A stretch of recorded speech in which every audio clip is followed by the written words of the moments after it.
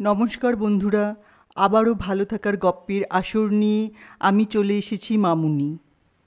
আজ আমি আপনাদের পাঠ করে শোনাব বিভূতিভূষণ বন্দ্যোপাধ্যায়ের মৌরি ফুল। অন্ধকার তখনও ঠিক হয় নাই। মুখুজ্জে বাড়ির পিছনে বাঁশবাগানে জোনাকির দল সাঁঝ জ্বালিবার উপক্রম করিতেছিল।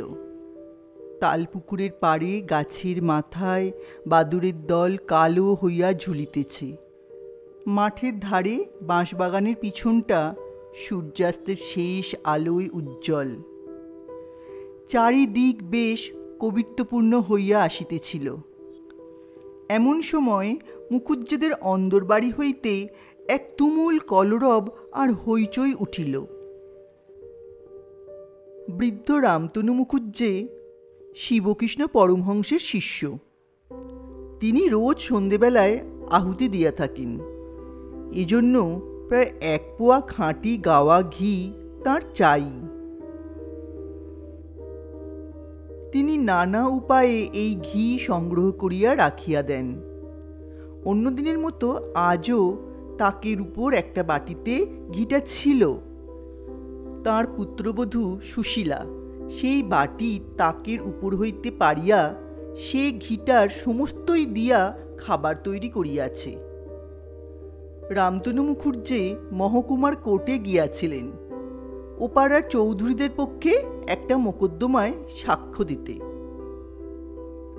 বিপক্ষের উকিল তাকে জেরার মুখে জিজ্ঞাসা করেন, আপনি গত মে মাসে পাঁচুরায় আর তার ভাইয়ের পাঁচিলের জায়গা নিয়ে মামলার প্রধান সাক্ষী ছিলেন না?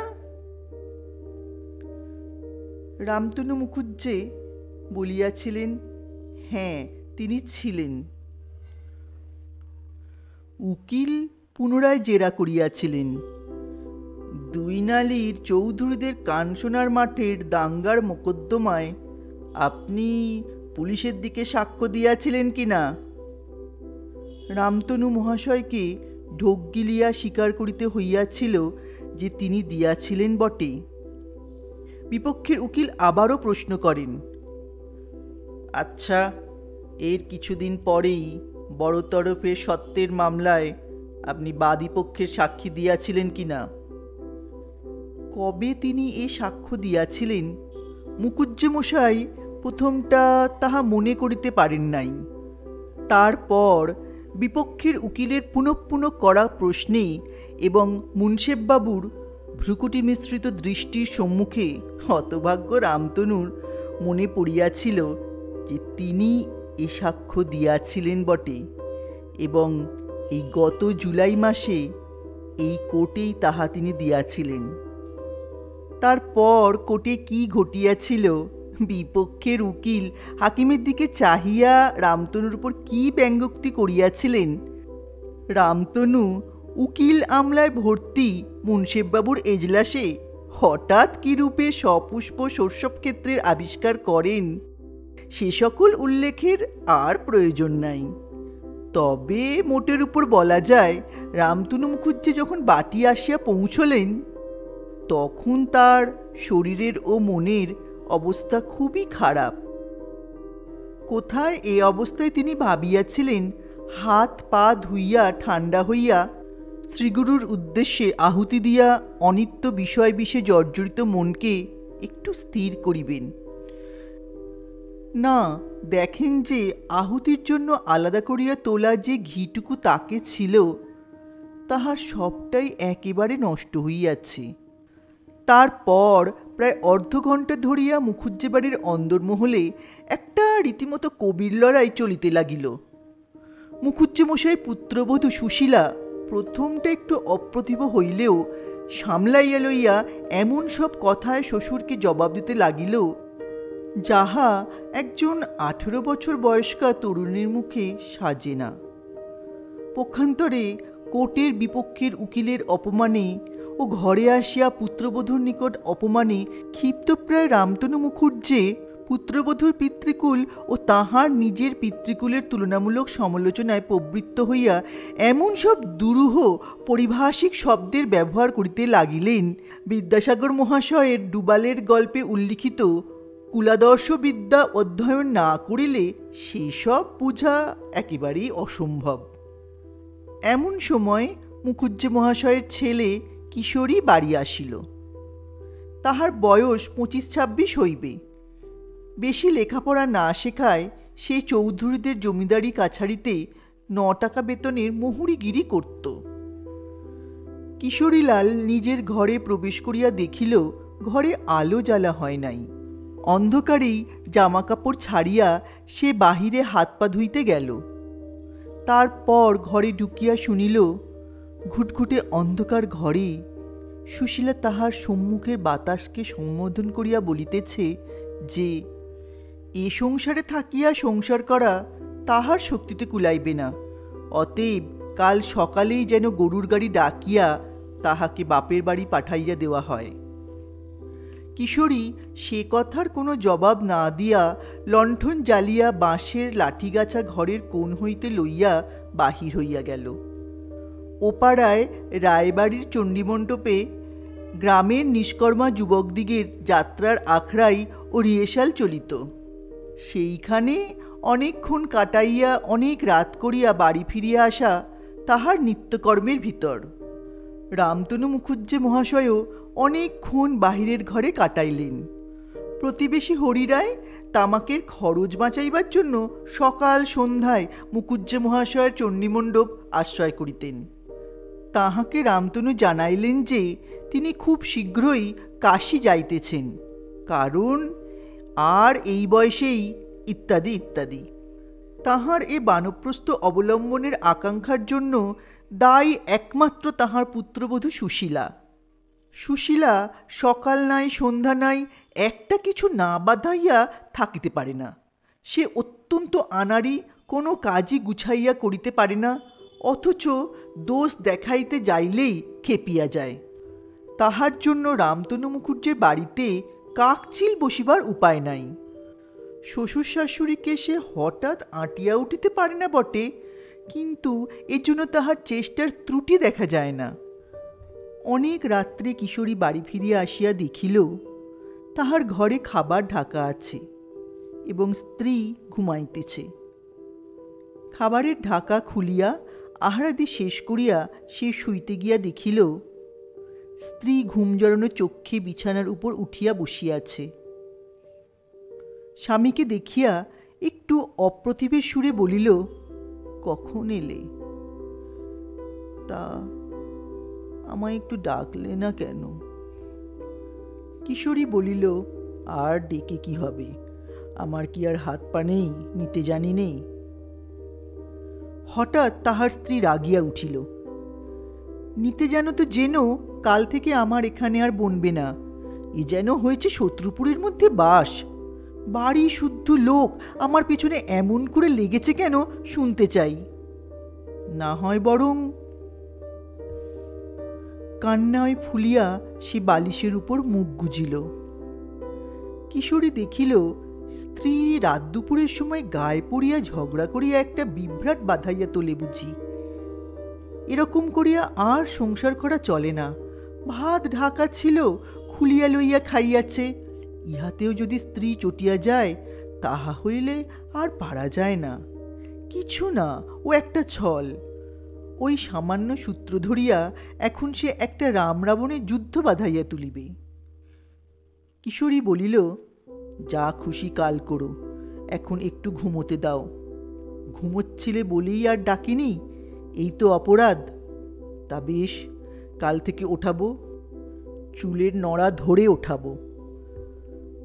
সুশীলা কথাও বলিল না, মুখও তুলিল না, বালিশে মুখ গুঁজিয়া পড়িয়া রহিল। পরের দিন সকালে উঠিয়া রামতনু মুখুজ্জে শুনিলেন চৌধুরীরা খবর পাঠাইয়াছে কয়েকটি নতুন সাক্ষীর তালিম দিতে হইবে। যাইবার সময় তিনি বলিলেন, অবৌমা একটু সকাল সকাল ভাত দিও, কোর্টে যেতে হবে। বেলা 9টার সময় ফিরিয়া আসিয়া দেখিলেন সুশীলা স্নান করিয়া আসিয়া রৌদ্রে কাপড় মেলিয়া দিতেছে। গৃহিণী মোক্ষদা সুন্দরী রান্নাঘরে বসিয়া রাঁধিতেছেন। স্বামীকে দেখিয়াই মোক্ষদা চৌকিদার হাঁকার সুরে বলিতে লাগিলেন, হয় আমি একদিকে বেরিয়ে যাই, না হয় বাপু এর একটা বিহিত করো। সে সকাল থেকে ঘুরপাক দিয়ে দিয়ে বেড়াচ্ছে। বলছি, ও বৌমা, দুটো ভাত চড়িয়ে দাও। ওগো, যা হয় দুটো রাঁধো কিছু। হাতে পায়ে ধরতে কেবল বাকি রেখেছি, কার কথা কে শোনে। এ বেলা দুপুরের সময়, রানী এখন এলেন নেই। সুশীলা রক হইতে সমান গলায় উত্তর দিল, মাইনে করা দাসী তো নই। আমি যখন পারবো তখন রান্না চড়াবো। সকাল থেকে বসে আছি নাকি? এত খাটুনি সেরে আবার 8টার মধ্যে ভাত দেব? মানুষের তার শরীর নয়, যার না চলবে সে নিজে গিয়ে রেঁধে নিক। এ কথার উত্তরে মোক্ষদা খুন্তি হাতে রান্নাঘরের ছাওয়ায় আসিয়া নটরাজ শিবের তাণ্ডব নর্তনের একটা আধুনিক সংস্করণ শুরু করিতে যাইতেছিলেন। একটা ঘটনায় তাহা বন্ধ হইয়া গেল। একটা 10-12 বৎসরের ছেলে, রংটা বড়ই কালো, ম্যালেরিয়ায় শরীর জীর্ণ শীর্ণ, পরনে অতি ময়লা একটা গামছা। শীতের দিনেও তাহার গায়ে কিছু নাই। হাতে ছোট একটা বাঁখারি লইয়া বাড়ির মধ্যে ঢুকিল। ছেলেটি পাশের গ্রামের আতারালি ঘরামির ছেলে। গত বৎসর তাহার বাপ মারা গিয়েছে। দুটি ছোট ছোট বোন আর মা ছাড়া তার আর কেহ নাই। অবস্থা খুব খারাপ, সব দিন খাওয়া জোটে না। ছেলেটা পিঠে ছড়ি বাজাইয়া হাঁপু গাহিয়া মা ও বোন দুইটিকে প্রতিপালন করে। সে গ্রামের প্রায় সব বাড়িতেই আসিত, কিন্তু মুখুজ্জে বাড়ি আর কখনো আসে নাই। তাহার একটা কারণ এই যে, দানশীলতার জন্য রামতনু মুখুজ্জে গ্রামের মধ্যে আদৌ প্রসিদ্ধ ছিলেন না। ছেলেটি উঠোনে দাঁড়াইয়া বগল বাজাইয়া নানা রূপ সুর করিয়া উচ্চস্বরে হাঁপু গাহিতে লাগিল। সঙ্গে সঙ্গে পিঠে জোর করিয়া লাঠির বাড়ি মারিতে লাগিল। 3টি নেহাত গোবেচারি সাক্ষীর তালিম দিতে অনেক ধস্তাধস্তি করিয়া রামতনুর মেজাজ ভালো ছিল না। ফিরিয়া চাহিয়া দেখিয়া মুখ খিচাইয়া বলিলেন, থাম থাম, ওসব রাখ, ওসব দেখবার শখ নেই, যা অন্য বাড়ি দেখগে, যা যা। সুশীলা কাপড় মেলিয়া দিতে দিতে অবাক হইয়া হাঁপু গাওয়া দেখিতেছিল। ছেলেটি সংকুচিত হইয়া বাহিরে যাইতেই সে তাড়াতাড়ি বাহিরে রকে গিয়া তাহাকে ডাকিয়া বলিল, শোন, তোর বাড়ি কোথায় রে? হরিশপুর মা ঠাকুরুন। তোর বাড়িতে কে আছে আর? মোর বাপ মারা গিয়েছে 8 বছর মা ঠাকুরুন। মোদের আর কেউ নাই, মুই বড়। মোর ছোট দুটো বোন আছে। তাই বুঝি তুই হাঁপু গাস? হ্যাঁ রে, এতে চলে? রামতনুর ধমক খাইয়া ছেলে মানুষ অত্যন্ত দমিয়া গিয়েছিল। সুশীলার কথার ভিতর সহানুভূতির সুর চিনিয়া লইয়া হঠাৎ তাহার কান্না আসিল। চোখের জল হু হু করিয়া পড়িতেই ম্যালেরিয়ার শীর্ণ হাত দুটি তুলিয়া চোখের জল মুছিয়া বলিল, না মা ঠাকুরুন, চলে না। এসব লোকে আর দেখতে চায় না। মুই যদি ভালো গান গাইতে পারতাম তো যাত্রার দলে যেতাম। বড় কষ্ট মোদের সংসারে এই শীতে মা ঠাকুরুন। সুশীলা বাধা দিয়া বলিল, দাঁড়া, আমি আসছি।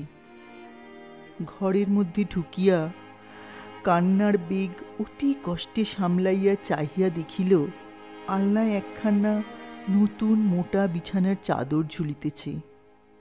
হাতের গোড়ায় সেইখানা পাইয়া টানিয়া লইল।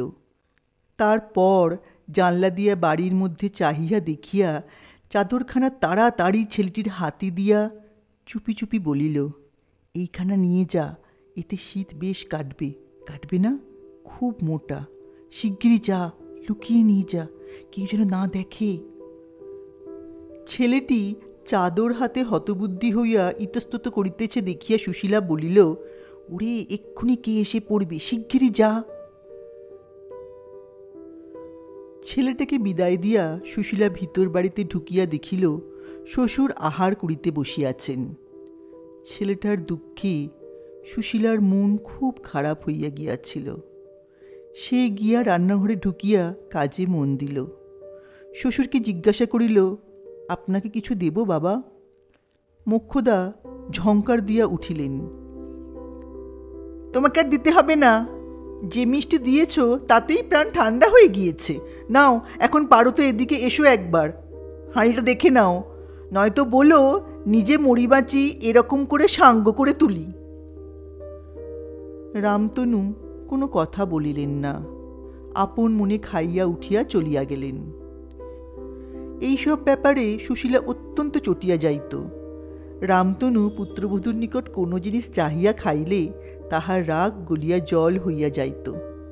কিন্তু লোকে তাহাকে জব্দ করিতেছে বা অপমান করিবার ফন্দি খুঁজিতেছে ভাবিলে তাহার আর কাণ্ডজ্ঞান থাকিত না।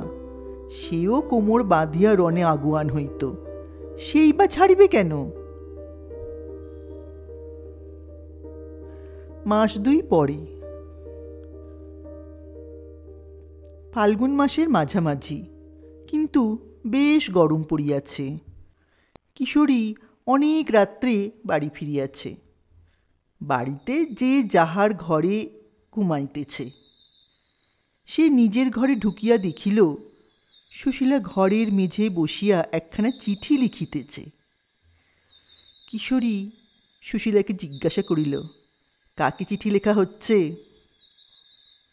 সুশীলা চিঠির কাগজখানা তাড়াতাড়ি আঁচল দিয়ে চাপিয়া স্বামীর দিকে ফিরিয়া একটু দুষ্টু মিষ্টি হাসি হাসিল, বলিল, বলবো কেন? থাক, না বলো, ভাত দাও, রাত কম হয়নি, আবার কাল সকাল থেকেই খাটুনি আরম্ভ হবে।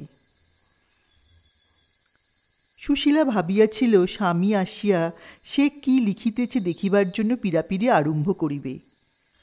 প্রকৃতপক্ষে সে চিঠি কাহাকেও লিখিতেছে না, স্বামীকে কথা বলাইবার এ তার একটা পুরনো কৌশল মাত্র। অনেক দিন সে স্বামীর মুখে দুটো ভালো কথা শুনে নাই। তাহার নারী হৃদয় ইহারই জন্য তৃষিত ছিল, এবং ইহারই জন্য সে ঘুমে ঢুলিতে ঢুলিতেও এই সামান্য ফাঁদটি পাতিয়া বসিয়াছিল।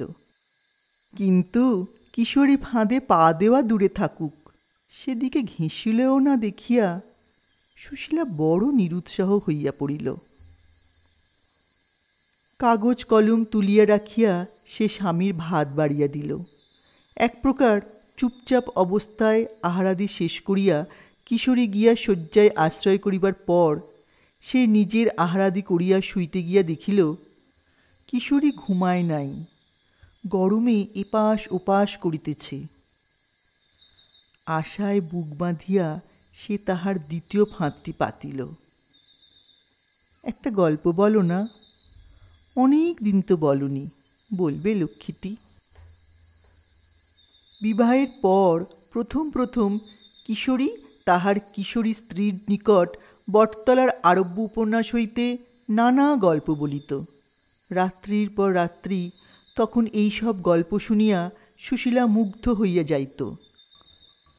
জনহীন দেশের মধ্যে যেখানে শুধু জিন পরিদের জগৎ, খেজুরের বনের মধ্যে ঠান্ডা জলের ফোয়ারা হইতে মণি মুক্তা উৎক্ষিপ্ত হইতেছে, পথহীন দুরন্ত মরুপ্রান্তরে মৃত্যু যেখানে শিকার সন্ধানে ওত পাতিয়া বসিয়া আছে, সমুদ্রের ঝড় তরুণ শাহজাদাগণের দৈত্য সংকুল অরণ্যের মাঝখান দিয়া নির্ভীক শিকার যাত্রা, এসব শুনিতে শুনিতে তাহার গা শিহরিয়া উঠিত।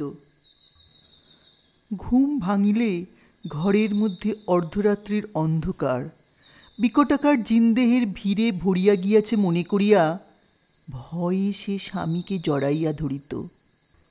প্রাচীন যুগের তরুণ শাহজাদাদের কল্পনা করিতে গিয়া অজ্ঞাতস্বরে সে নিজের স্বামীকে যাত্রাদলে রাজার পোশাক পরাইয়া দূর দেশে বিপদের মুখে পাঠাইত। শাহজাদাদিগের দুঃখে তাহার নিজের স্বামীর উপর সহানুভূতিতেই তাহার চোখে জল আসিত। এরকমই গল্প শুনিতে শুনিতে অদৃশ্য নায়ক নায়িকাদের গুণ দৃশ্যমান গল্পকারের উপর প্রয়োগ করিয়া সে স্বামীকে প্রথম ভালোবাসে। সে আজ ৫-৬ বৎসরের কথা, কিন্তু সুশীলার এখনও সে ঘোর কাটে নাই। কিশোরী স্ত্রীর কথা উড়াইয়া দিল। হ্যাঁ, এখন গল্প বলবো। সমস্ত দিন খেটে খুটে এলাম, এখন রাত দুপুরে বকবক করি আর কি। তোমাদের কি বাড়ি বসে সব পোষায়? অন্য মেয়ে হইলে চুপ করিয়া যাইত। সুশীলার মেজাজ ছিল একগুঁয়ে। সে আবার বলিল, তা হোক, একটা বলো। রাত এখন তো বেশি নয়। না, বেশি নয়। তোমার তো রাত কম বেশি জ্ঞান কত। নাও, চুপচাপ শুয়ে পড়ো। সুশীলা এইবার জিদ ধরিল। বলো না, একটা ছোট দেখেই না হয় বলো। এত করে বলছি, একটা কথা রাখতে পারো না? কিশোরী বিরক্ত হইয়া বলিল, আহ, এ তো বড় জ্বালা হলো। রাতেও একটু ঘুমোবার জো নেই। সমস্ত দিন তো গলাবাজিতে বাড়ি সরগরম রাখবে, রাত্রিটাও একটু শান্তি নেই। এটাই ছিল সুশীলার ব্যথার স্থান। স্বামীর মুখে একথা শুনিয়া সে খেপিয়া গেল। বেশ করি গলাবাজি করি, তাতে অসুবিধা হয় আমাকে পাঠিয়ে দাও এখান থেকে। রাত দুপুর করলে কে? নিজে আসবে রাত দুপুরের সময় আড্ডা দিয়ে। কে এত রাত পর্যন্ত ভাত নিয়ে বসে থাকে? নিজেরই দেহ, পরের আর তো দেহ না। খেটে খুটে এসে একেবারে রাজা করেছেন আর কি। নিজের খাটুনিটাই কেবল। কিশোরী ঘুমাইবার চেষ্টা করিতেছিল। স্ত্রীর উত্তরোত্তর চড়া সুরে তাহার ধৈর্যচ্যুতি ঘটিল। উঠিয়া বসিয়া প্রথমে সে স্ত্রীর পিঠে সজোরে ঘা কতক পাখার বাঁট বসাইল। তাহার পর তাহার চুলের মুঠি ধরিয়া বিছানার উপর হইতে নামাইয়া ধাক্কা মারিয়া ঘরের বাহির করিয়া দিল। বলিল, বেরো, ঘর থেকে বেরো আপদ, দূর হ। রাত দুপুরেও একটু শান্তি নেই। যা, বেরো, যেখানে খুশি যা। ঘরের আলোর কাছে আসিয়া কিশোরী দেখিল স্ত্রী দু হাতে নখ দিয়া আঁচড়াইয়া তাহার হাতের আঙুলগুলিতে রক্তপাত করিয়া দিয়াছে। ইরানি শাহজাদাগণের নজির না থাকলেও কিশোরী মধ্যে মধ্যে দুরন্ত স্ত্রীর প্রতি এইরূপ ঔষধি প্রয়োগ করিত। শেষ রাত্রে একাদশীর জ্যোৎস্নায় চারিদিক যখন ফুলের পাপড়ির মতো সাদা, ভোররাত্রের বাতাস নেবু ফুলের গন্ধে আর পাপিয়ার গানে মাখামাখি, সুশীলা তখন ঘরের দোরের বাহিরে আঁচল পাতিয়া অকাতরে ঘুমাইতেছিল। সকাল হইতে যে যার কাজে মন দিল। মোক্ষদা বলিলেন, বৌমা, আজ চৌধুরীরা শিবতলায় পুজো দিতে যাবে, আমাদের যেতে বলেছে, সকাল সকাল সেরে নাও। এই চৌধুরীটি ছিলেন প্রকৃতপক্ষে রামতনু মুখুজ্জের প্রতিপালক। ইহারাই গ্রামের জমিদার এবং ইহাদেরই জমি জমা সংক্রান্ত মোকদ্দমা তদবির ও সাহায্য করিয়া রামতনু অন্ন সংস্থান করিতেন। বেলা 10টার মধ্যে আহারাদি শেষ করিয়া ভালো কাপড় পরিয়া সকলে নৌকায় উঠিল। 2 ঘণ্টার পথ। চৌধুরী বাড়িতে কলকাতা হইতে একটি বউ আসিয়াছিল। তাহার স্বামী বড়লোকের ছেলে। এম.এ. পাশ করিয়া বছর 2 হইল ডেপুটিগিরি চাকরি পাইয়াছে। বউটি কলকাতার মেয়ে। চৌধুরীদের সহিত তাহার স্বামীর কিরূপ সম্পর্ক আছে, এজন্য চৌধুরী গৃহিণী রাস পূর্ণিমার সময় তাহাকে আনিয়াছিলেন। ইতিপূর্বে সে কখনো পাড়াগায় আসে নাই। নৌকায় খানিকটা বসিয়া থাকবার পর বউটি দেখিল নীলাম্বরী কাপড় পরনে তাহারই সমবয়সী আরেকটি বউ নৌকায় উঠিল। নৌকা ছাড়িয়া দিল। নৌকায় সমবয়সী সঙ্গিনী পাইয়া কলিকাতার বউটি খুব সন্তুষ্টি হইলেও প্রথমে আলাপ করিতে তাহার বাধো বাধো ঠেকিতে লাগিল। সঙ্গিনীর কাপড় চোপড় পরিবার আগোছালো ধরন দেখিয়া বউটি বুঝিয়াছিল তাহার সঙ্গিনী নিতান্তই পাড়াগাঁয়ের মেয়ে, অবস্থাও খুব ভালো নয়। নৌকার ওধারে চৌধুরী গিন্নি মোক্ষদার সহিত সাবিত্রীব্রত প্রতিষ্ঠার কি আয়োজন করিয়াছেন তাহারই বিস্তৃত বড় মানুষই ফর্দ আবৃত্তি করিতেছিলেন। নৌকায় কোনো পরিচিতা মেয়েও নাই, কাজেই বউটি অনেকক্ষণ চুপ করে বসিয়া রহিল।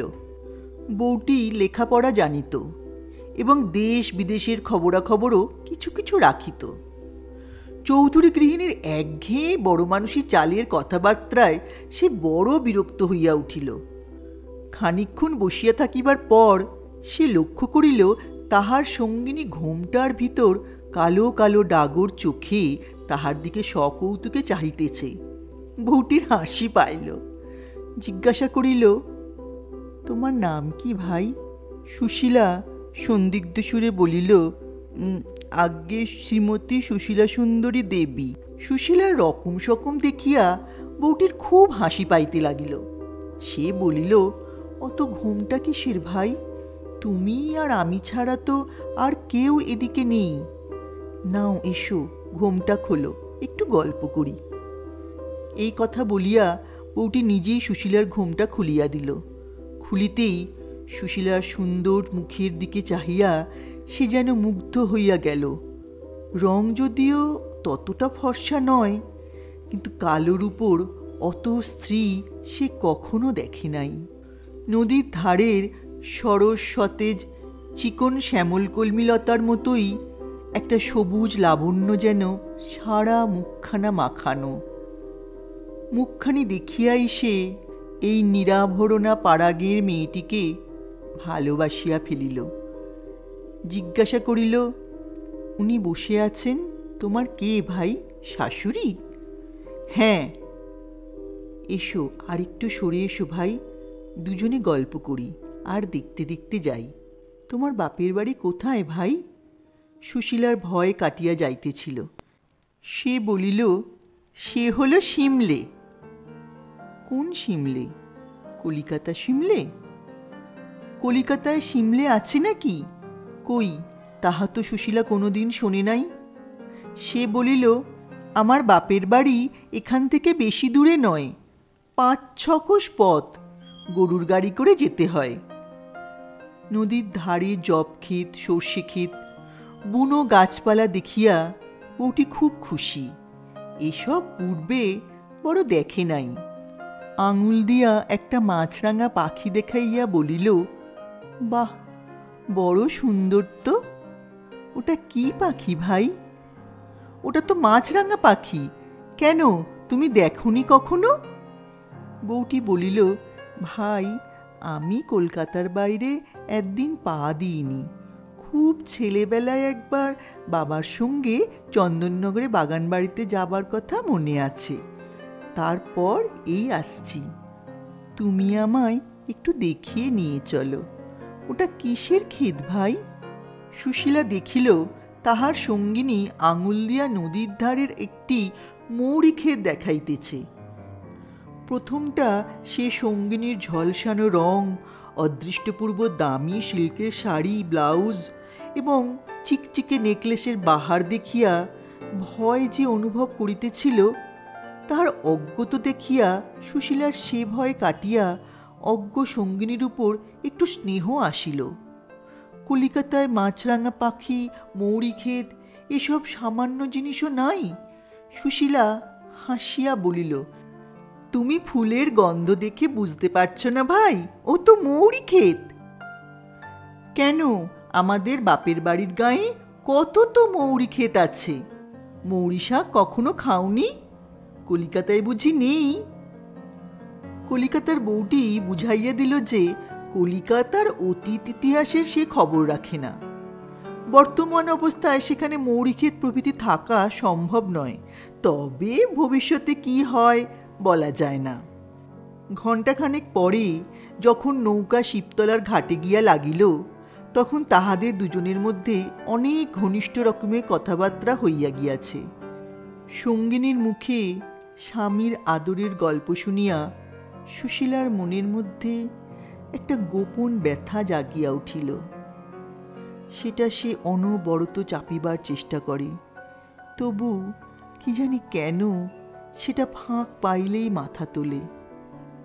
প্রথম বিবাহের পর তাহার স্বামীও তো তাহাকে কত আদর করিত।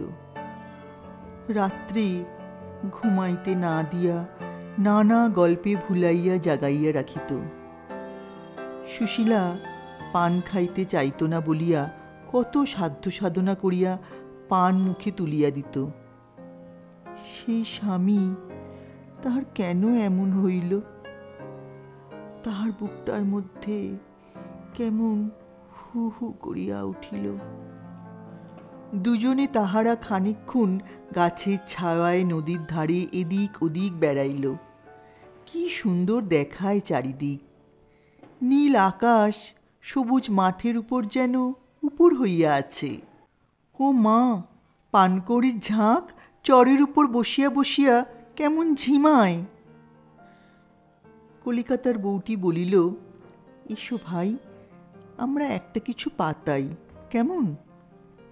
সুশীলা খুশি হইয়া বলিল, খুব ভালো ভাই, কি পাতাবো বলো? এক কাজ করি, এসো, আস্তে আস্তে নদীর ধারে যে মৌরি ফুল দেখে এলাম, এসো আমরা দুজনে মৌরি ফুল পাতাই, কেমন? সুশীলা আহ্লাদের সঙ্গে এ প্রস্তাবে সম্মতি দিল।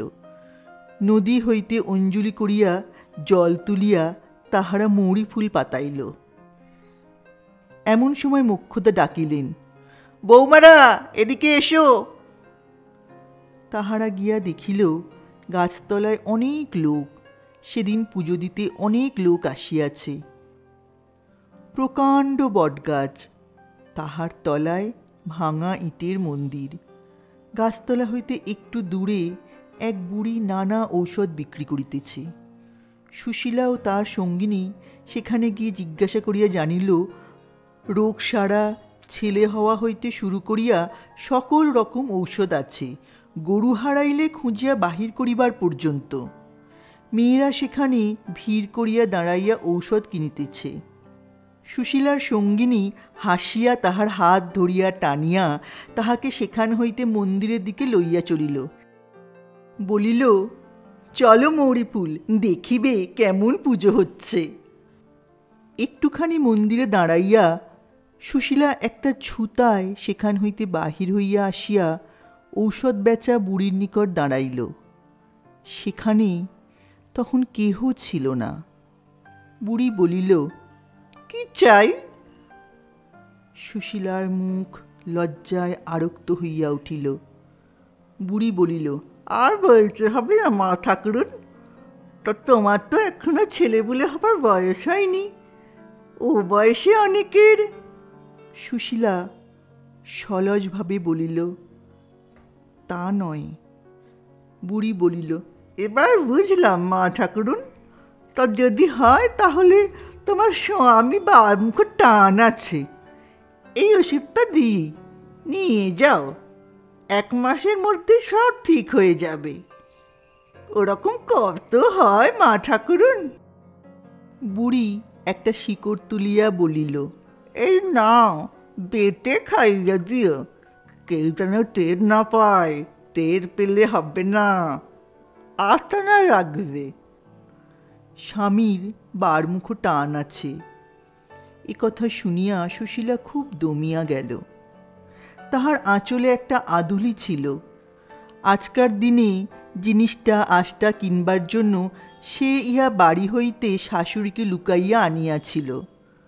বাড়ির বার হওয়া তো বড় ঘটে না, কাজেই এটা তাহার পক্ষে একটা উৎসবের দিন।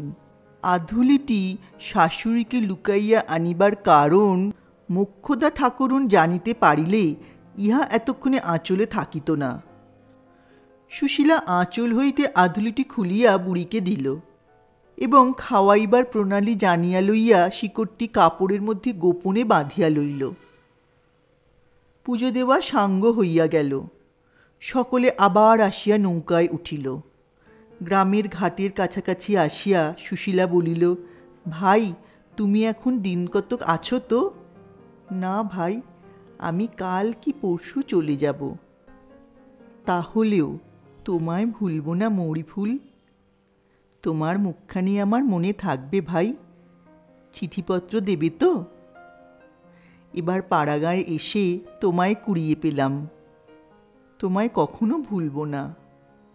সুশীলার চোখে জল আসিল। এত মিষ্টি কথা তাহাকে কে বলে?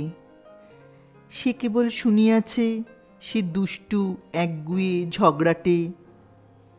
তাহার হাতে একটি সোনার আংটি ছিল।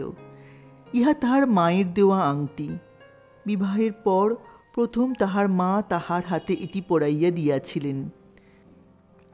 সেটি হাত হইতে খুলিয়া সে তাহার সঙ্গিনীর হাত ধরিয়া বলিল, দেখি ভাই তোমার আঙুল, তুমি হলে মৌরি ফুল।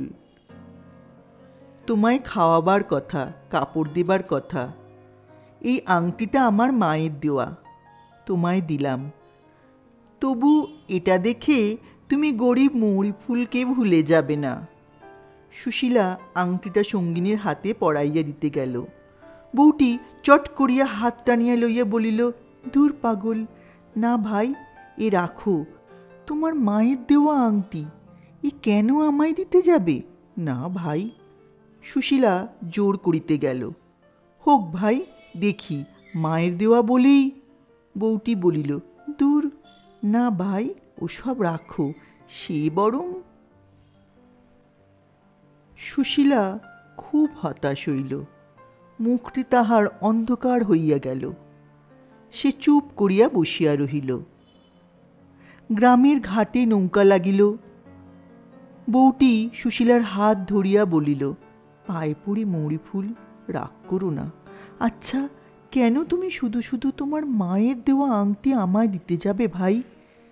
আচ্ছা, তুমি যদি দিতে চাও এই পুজোর সময় আসব। অন্য কিছু বরং দিও, একদিন না হয় খাইও, আংটি কেন দেবে ভাই? আর আমায় ভুলবে না তো ভাই? সুশীলা ব্যগ্রভাবে বলিল, তোমায় ভুলব ভাই মৌরি ফুল? কখনো না। তুমি কোন জন্মে যে আমার মায়ের পেটের বোন ছিলে ভাই মৌরি ফুল। তাহার পর সে একটু আনাড়ি ধরনের হাসিয়া উঠিল। হি হি হি। কেমন সুন্দর কথাটি, মৌরি ফুল, মৌরি ফুল, মৌরি ফুল। তুমি যে হলে গিয়ে আমার নদীর ধারের মৌরি ফুল, তোমায় কি ভুলতে পারি? কথা শেষ না করেই সে দুই হাতে সঙ্গিনীর গলা জড়াইয়া ধরিল। সঙ্গে সঙ্গে তাহার কালো চোখ দুটি জলে ভরিয়া গেল। কলিকাতার বউ এই অদ্ভুত প্রকৃতি সঙ্গিনীর অশ্রুপ্লাবিত সুন্দর মুখখানা বার বার সস্নেহে চুম্বন করিল। তারপর দুজনেই চোখের জলে ঝাপসা দৃষ্টি লইয়া দুজনের কাছে বিদায় লইল। দিন কত কাটিয়া গেল। কিশোরী বাড়ি নাই, কি একটা কাজে অন্য গ্রামে গিয়াছে, ফিরিতে দু একদিন দেরি হইবে। মোক্ষদা সকালে উঠিয়া জমিদার গৃহিণীর আহ্বানে তাহার সাবিত্রীব্রত প্রতিষ্ঠার আয়োজনে সাহায্য করিতে চৌধুরী বাড়ি চলিয়া গেলেন।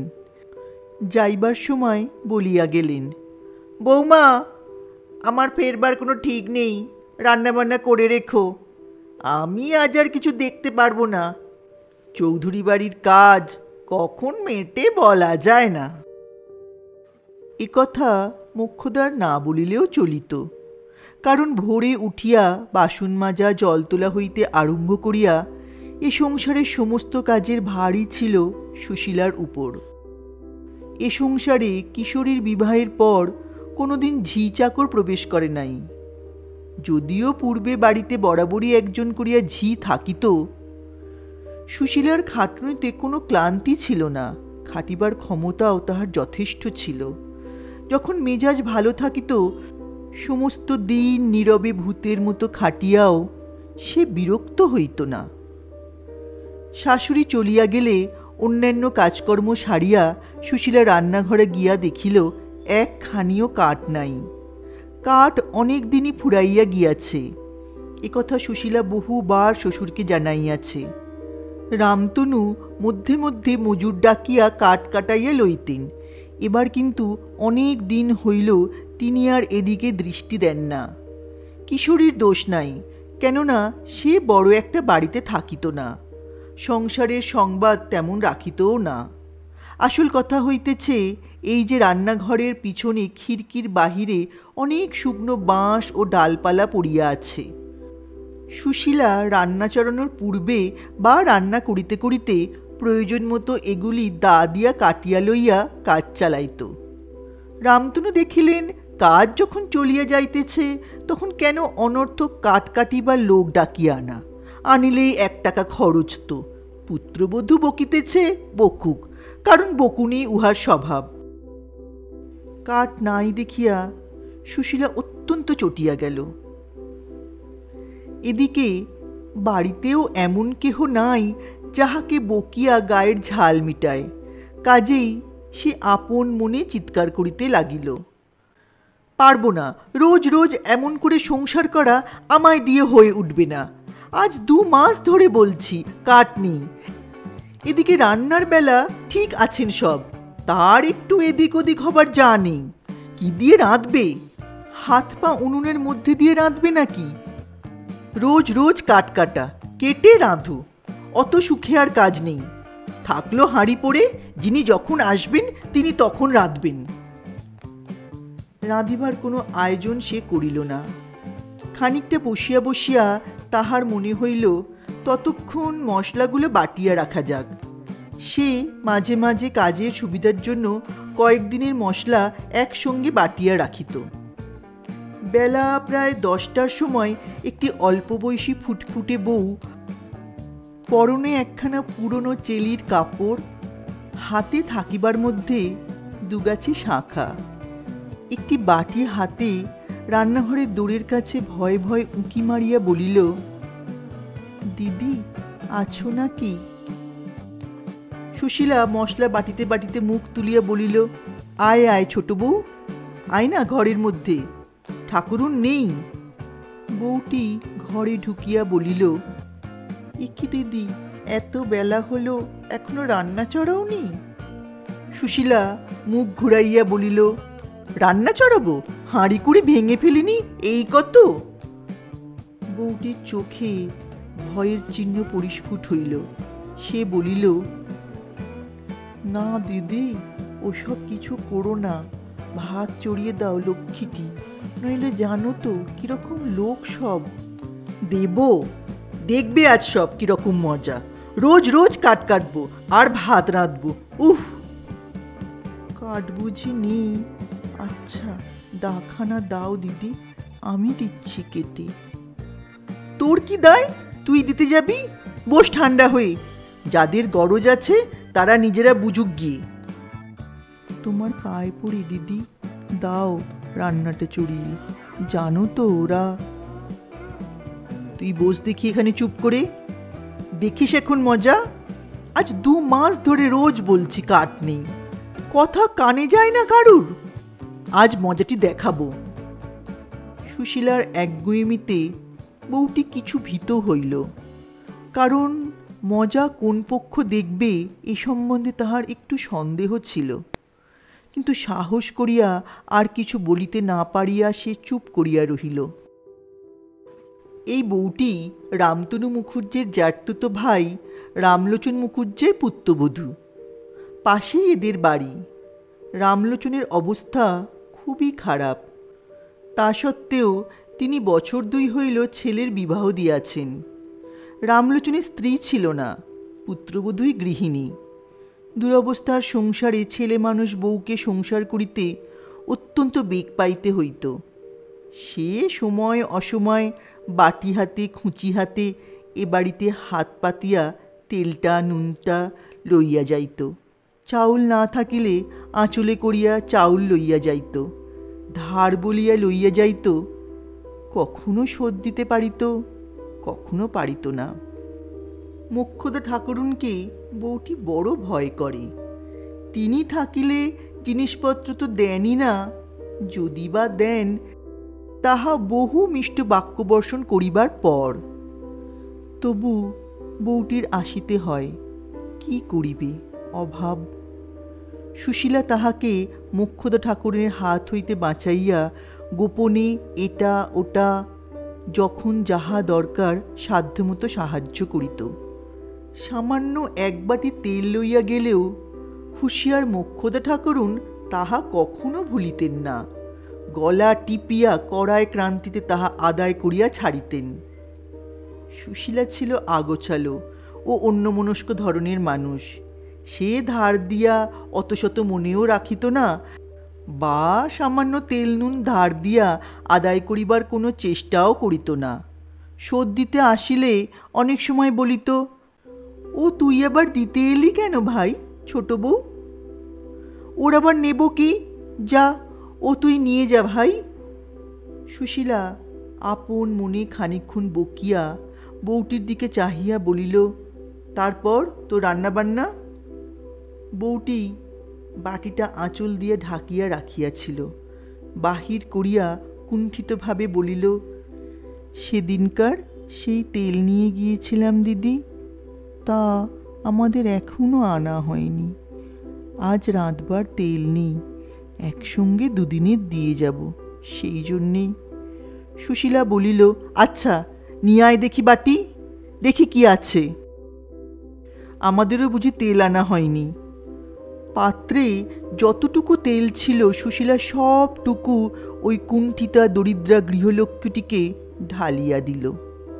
বউটি চলিয়া যাইবার সময় মিনতিপূর্ণ দৃষ্টিতে চাহিয়া বলিল, লক্ষ্মী দিদি, দাও রান্না চড়িয়ে। সুশীলা বলিল, তুই পালা দেখি, আমি ওদের মজা না দেখিয়ে আজ আর কিছুতেই ছাড়ছি নে। বেলা 12টার সময় মোক্ষদা ঠাকুরুন আসিয়া দেখিয়া শুনিয়া হইচই বাঁধাইয়া দিলেন। প্রকৃতই ইহাতে রাগ হইবার কথা। একটু পরে রামতনু আসিলেন। তিনি ব্যাপার দেখিয়া দালানা গিয়া আপন মনে তামাক টানিতে শুরু করিলেন। ঝগড়া ক্রমে খুব জাগাইয়া উঠিল। মোক্ষদা উচ্চস্বরে সুশীলার কুলজি গাহিতে লাগিলেন। সুশীলাও যে খুব শান্তশিষ্ট এই অপবাদ তাহাকে শত্রুতেও দিতে পারিত না। কাজেই ব্যাপার যখন খুব বাধিয়া উঠিয়াছে, এমন সময় কোথা হইতে কিশোরী আসিয়া হাজির হইল। যদিও আজ তাহার ফিরিবার কথা ছিল না, তবুও কাজ মিটিয়া যাওয়াতে সে আর সেখানে অপেক্ষা করে নাই। মোক্ষদা ছেলেকে পাইয়া হাঁক ডাক আরও বাড়াইয়া দিলেন। কিশোরী এত বেলায় বাড়ি আসিয়া এ অশান্তির মধ্যে পড়িয়া অত্যন্ত চটিয়া গেল। তাহার সমস্ত রাগ গিয়া পড়িল স্ত্রীর উপর। হাতের গোড়ায় একখানা শুকনো চেলা কাঠ পড়িয়াছিল, সেটা লইয়াই লাফাইয়া সে রান্নাঘরে দাওয়ায় উঠিল। সুশীলা তখনও বসিয়া বাটনা বাটিতেছিল। স্বামীকে শুকনো কাঠ হাতে লইয়া বীর দর্পে রান্নাঘরে লাফাইয়া উঠিতে দেখিয়া ভয়ে তাহার মুখ শুকাইয়া গেল। আত্মরক্ষার জন্য কোনো উপায় না দেখিয়া হাত দুটো তুলিয়া নিজের দেহ আড়াল করিবার চেষ্টা করিল। কিশোরী প্রথমত স্ত্রীর খোঁপা ধরিয়া এক হাঁচকায় টান দিয়া তাহাকে মাটিতে ফেলিয়া দিল। তাহার পর তার পিঠে কয়েক ঘা চেলা কাঠের বাড়ি মারিয়া তাহার গলা ধরিয়া প্রথমে এক ধাক্কা মারিল রান্নাঘরের দাওয়ায় এবং তথা হইতে এক ধাক্কা মারিল উঠোনে। ধাক্কার বেগ সামলাইতে না পারিয়া সুশীলা মুখ থুবড়াইয়া উঠোনে পড়িয়া গেল। মার আরও চলিত, কিন্তু রামতনু তামাক খাইতে খাইতে ছেলের কাণ্ড দেখিয়া হাঁ হাঁ করিয়া আসিয়া পড়িলেন। পাশের বাড়ির বউটি তখন শ্বশুর ও স্বামীকে খাওয়াইয়া সবে নিজে খাইতে বসিতেছিল। হঠাৎ এ বাড়ির মধ্যে মারের শব্দ শুনিয়া সে খাওয়া ফেলিয়া সুশীলাদের খিড়কিতে ছুটিয়া আসিয়া উঁকি মারিয়া দেখিল সুশীলা উঠোনে দাঁড়াইয়া আছে, সর্বাঙ্গে ধুলো, বাটনার পাত্রের উপর পড়িয়া গিয়াছিল। কাপড়ে চোপড়ে হলুদের ছোপ, মাথার খোঁপা একধারে খুলিয়া কতক চুল মুখের উপর কতক পিঠের উপর পড়িয়াছে। গাঙ্গুলি বাড়ি হইতে দুটো ছেলে ব্যাপার দেখিবার জন্য ছুটিয়া আসিয়াছে। আরও দু একজন পাড়ার মেয়ে সামনের দরজা দিয়ে উঁকি মারিতেছে। ওদিকে পাঁচিলের উপর দিয়া মুখ বাড়াইয়া তাহার নিজের শ্বশুর রামলোচন মজা দেখিতেছেন। চারিদিকের কৌতূহল দৃষ্টির মাঝখানে সর্বাঙ্গে হলুদের ছোপ ও ধূলিমাখা বিশ্বস্তকুন্তলা অপমানিতা দিদিকে অসহায়ভাবে উঠোনে দাঁড়াইয়া থাকিতে দেখিয়া তাহার বুকের মধ্যে কিরকম করিয়া উঠিল। কিন্তু সে একে ছেলে মানুষ, তাহাতে অত্যন্ত লজ্জাশীলা। শ্বশুর ভাসুর এবং এক উঠোন লোকের মধ্যে বাড়ির ভিতর ঢুকিতে না পারিয়া প্রথমটা সে খিড়কির বাহিরে আকুলি বিকুলি করিতে লাগিল। গাঙ্গুলি বাড়ির পৌর গাঙ্গুলি মহাশয়ও যখন হুঁকা হাতে "কি হে রামতনু, বলি ব্যাপারখানা কি শুনি" বলিয়া বাড়ির মধ্যে উঠোনে আসিয়া হাজির হইলেন, তখন সে আর থাকিতে না পারিয়া বাড়ির মধ্যে ঢুকিয়া পড়িল এবং সুশীলার হাত ধরিয়া খিড়কির দৌড় দিয়া বাহিরে লইয়া গিয়া হঠাৎ ফুপাইয়া কাঁদিয়া উঠিয়া বলিল, "কেন ওই রকম করতে গেলে দিদিমণি? রক্ষিটি, তখন যে বারণ করলাম।" তার পরদিন দুপুরবেলা সুশীলা রান্নাঘরে রাঁধিতেছিল। কিশোরী খাইতে বসিয়াছে। মোক্ষদা ঠাকুরুন কি প্রয়োজনে রান্নাঘরে ঢুকিয়া দেখিলেন সুশীলা পিছন ফিরিয়া ভাত বাড়িতে বাড়িতে স্বামীর ডালের বাটিতে কি গুলিতেছে। পাশে একটা ছোট বাটি। মোক্ষদার কিরকম সন্দেহ হইল। তিনি জিজ্ঞাসা করিলেন, "বৌমা, তোমার বাটিতে কি কি মেশাচ্ছ ডালের বাটিতে?" সুশীলা পিছন ফিরিয়াই শাশুড়িকে দেখিয়া যেন কেমন হইয়া গেল। তাহার চোখ মুখের ভাব দেখিয়া মোক্ষদার সন্দেহ আরও বাড়িল। তিনি বাটিটা হাতে তুলিয়া লইয়া দেখিলেন তাহাতে সবুজ মতো কি একটা বাটা। তিনি কড়া সুরে জিজ্ঞাসা করিলেন, "কি বেটেছ এতে?" তিনি দেখিলেন পুত্রবধূর উত্তর দিতে পারিতেছে না। তাহার মুখ লাল হইয়া উঠিয়াছে। ইহার পর একটা ভয়ানক কাণ্ড ঘটিল। মোক্ষদা ঠাকুরুন বাটি হাতে, "কি সর্বনাশ, আর একটু হলেই গিয়েছিল গো" বলিয়া উঠোনে আসিয়া চিৎকার করিয়া হাট বাঁধাইলেন। কিশোরী দালান হইতে উঠিয়া আসিল। রামতনু আসিলেন। গাঙ্গুলি বাড়ির মেয়ে পুরুষ আসিল। আরও অনেকে আসিল। মোক্ষদা সকলের সামনে সেই বাটিটা দেখাইয়া বলিতে লাগিলেন, "দেখো তোমরা সকলে, তোমরা ভাবো শাশুড়ি মা কি বড় দুষ্টু, নিজের চোখে দেখে নাও ব্যাপার। কি সর্বনাশ হয়ে যেত এখনই যদি আমি না দেখতাম। দোহাই বাবা তারকনাথ, কি ঠেকানোই আজ ঠেকিয়েছ।" এক উঠান লোক সকলেই শুনিল রামতনুর দুরন্ত পুত্রবধূ স্বামীর ভাতে বিষ নাকি মিশাইয়া খাওয়াইতে গিয়া ধরা পড়িয়াছে। কেউ অবাক হইয়া গেল, কেউ মুচকি হাসিয়া বলিল, "ওসব আমরা অনেককাল জানি, আমরা রীতি দেখলেই মানুষ চিনি, তবে পাড়ার মধ্যে বলে এতদিন।" কে একজন বলিল, "কি জিনিসটা কি তা দেখা হয়েছে?" মোক্ষদা ঠাকুরুনের গাল বাদ্যের রবে সে কথা চাপা পড়িয়া গেল। গাঙ্গুলি মশাই রামতনুকে বলিলেন, "গুরু রক্ষা করেছেন, এখন যত শিগগিরই বিদায় করতে পারো তার চেষ্টা করো। শাস্ত্রে বলে, দুষ্টা ভার্যে আর একটি দিনও এখানে রেখো না।" সমস্ত দিন পরামর্শ চলিল। সন্ধ্যার সময় ঠিক হইল কাল সকালেই গাড়ি ডাকিয়া আপদ বিদায় করা হইবে। আর একদিনও এখানে না। কি জানি কখন কি বিপদ ঘটাইবে। বিশেষত পাড়ার মধ্যে ওরকম দজ্জাল বউ থাকিলে পাড়ার অন্য অন্য বউঝিও দেখা দেখি ওই রকম হইয়া উঠিবে। সে রাত্রে সুশীলাকে অন্য ঘরে শুইতে দেওয়া হইল। ইহা মোক্ষদা ঠাকুরনের বন্দোবস্ত। কাল সকালেই যখন যেখানকার আপদ সেখানে বিদায় করিয়া দেওয়া হইবে, তখন আর তাহার সঙ্গে সম্পর্ক কিসের। রাত্রে শুইয়া শুইয়া কত রাত পর্যন্ত তাহার ঘুম আসিল না। ঘরের জানলা সব খোলা, বাহিরের জ্যোৎস্না ঘরে আসিয়া পড়িয়াছে। তাহার মনে কাল ও আজ এই 2 দিন অত্যন্ত কষ্ট হইয়াছে। সে স্বভাবত নির্বোধ। লাঞ্ছনাভোগের অপমান সে ইহার পূর্বে কখনো তেমন করে অনুভব করে নাই, যদিও মারধর ইহার পূর্বে বহুবার হইয়াছে। তাহার একটা কারণ এই যে আজও কালকার দিনের মতো শ্বশুর শাশুড়ি ও এক উঠান লোকের সামনে এভাবে অপমানিতাও সে কোনো দিন হয় নাই। তাই আজ সমস্ত দিন ধরিয়া তাহার চোখের জল বাঁধ মানিতেছে না।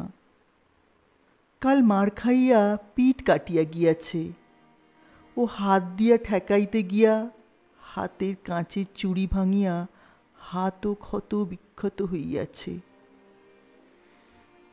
তাহার সেই স্বামী, যে স্বামী 5-6 বৎসর পূর্বে এমন সব রাতে তাহাকে সমস্ত রাত ঘুমাইতে দিত না, সে পান খাইতে চাইত না বলিয়া কত ভুলাইয়া পান মুখে গুঁজিয়ে দিত, সেই স্বামী এইরূপ করিল।